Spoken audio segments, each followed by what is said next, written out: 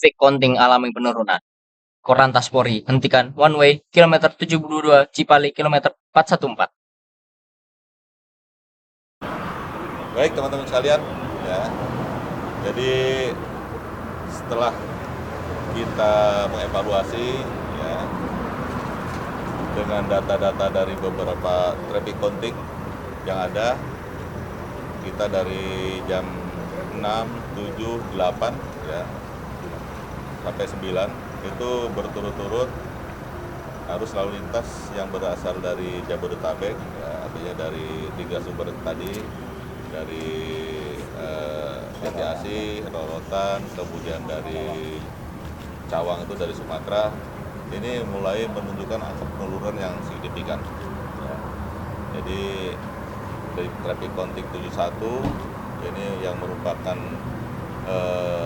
titik harus dilaksanakan one way atau tidak, itu ada di traffic counting 71.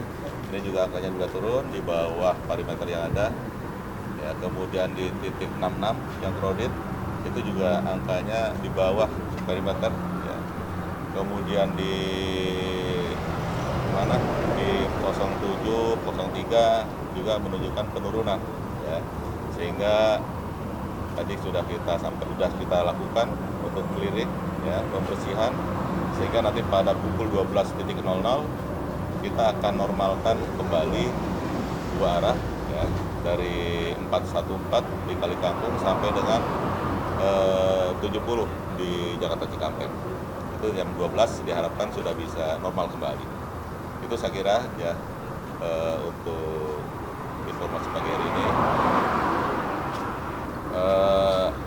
Kita sudah melakukan beberapa pertemuan, kemudian minta pendapat ahli ya terkait dengan penerapan kontraflow.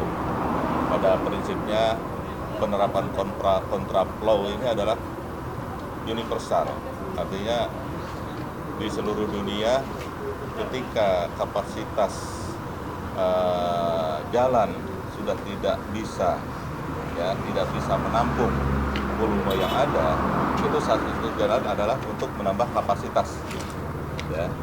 Kenapa harus ditambah kapasitas? Karena kalau itu dibiarkan akan terjadi stuck. Kalau sudah stuck ini akan menimbulkan permasalahan baru ya. Tahu sendiri kalau ditolak tidak bisa keluar, tidak bisa apa. Kalau sudah stuck sudah ada yang kehabisan BBM, artinya nanti nggak bisa pakai AC, mungkin ada yang sakit nggak bisa kemana-mana.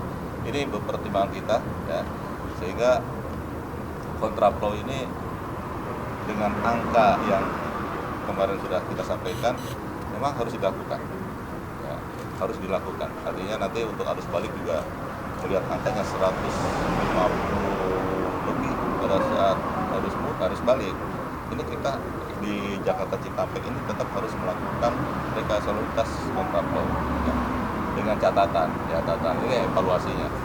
Catatan yang pertama, nanti akan kita siapkan safety car. Safety car itu nanti akan dikawal ya, dikawal seperti kalau kita nonton balapan lah kira-kira. Jadi tidak ada yang mendahului dari kendaraan tersebut. Batasan ini untuk membatasi kecepatan. Kita tahu di kontraflow itu sudah kita kasih 60 km per jam maksimal. Nah, itu akan kita pertahankan untuk kecepatan itu dengan mengawal atau ada safety car di situ ya, baik itu dari mobil maupun motor dari kita. Jadi ketika sampai ke nanti dari 70 sampai 47 sekitar 22 kilo itu yang depan selesai, nanti akan ada yang mengawal lagi ya. Jadi kecepatan ya, petugas bersiaga selama 24 jam ya, itu akan kita kawal ya, sehingga kecepatan ini bisa kita pelihara.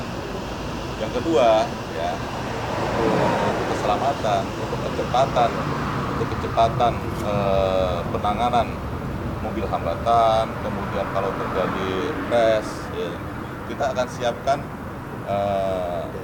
derek ambulan dan beberapa kendaraan yang akan bisa cepat untuk menangani permasalahan tersebut ya. Itu akan kita siapkan, kita sudah koordinasi dengan Jasa Marga. Kemudian yang ketiga untuk pembatas ya, pembatas antara kontraflow dengan jalur reguler, jalur normal itu akan kita rapatkan ya, dan akan dikombinasikan dengan water barrier ya, water barrier, kemudian buntut, dan pada malam hari kita akan kasih lampu penerangan, lampu selang itu. Ini untuk memberikan isyarat kepada dua arah, baik dari Jakarta maupun sebaliknya. Karena ini saya lihat, saya tanya juga kepada ahli, untuk 20 km itu masih memungkinkan dan ya sangat memungkinkan. Ya, yang penting itu tadi diatur kecepatannya, kemudian diberikan isyarat untuk safety ya. Kalau ada kecelakaan ini bisa cepat tertangani ya. Ya kita tentu tidak berharap ada kejadian lagi. Itu dengan tadi ada safety car, ada isyarat yang lebih jelas dan sebagainya.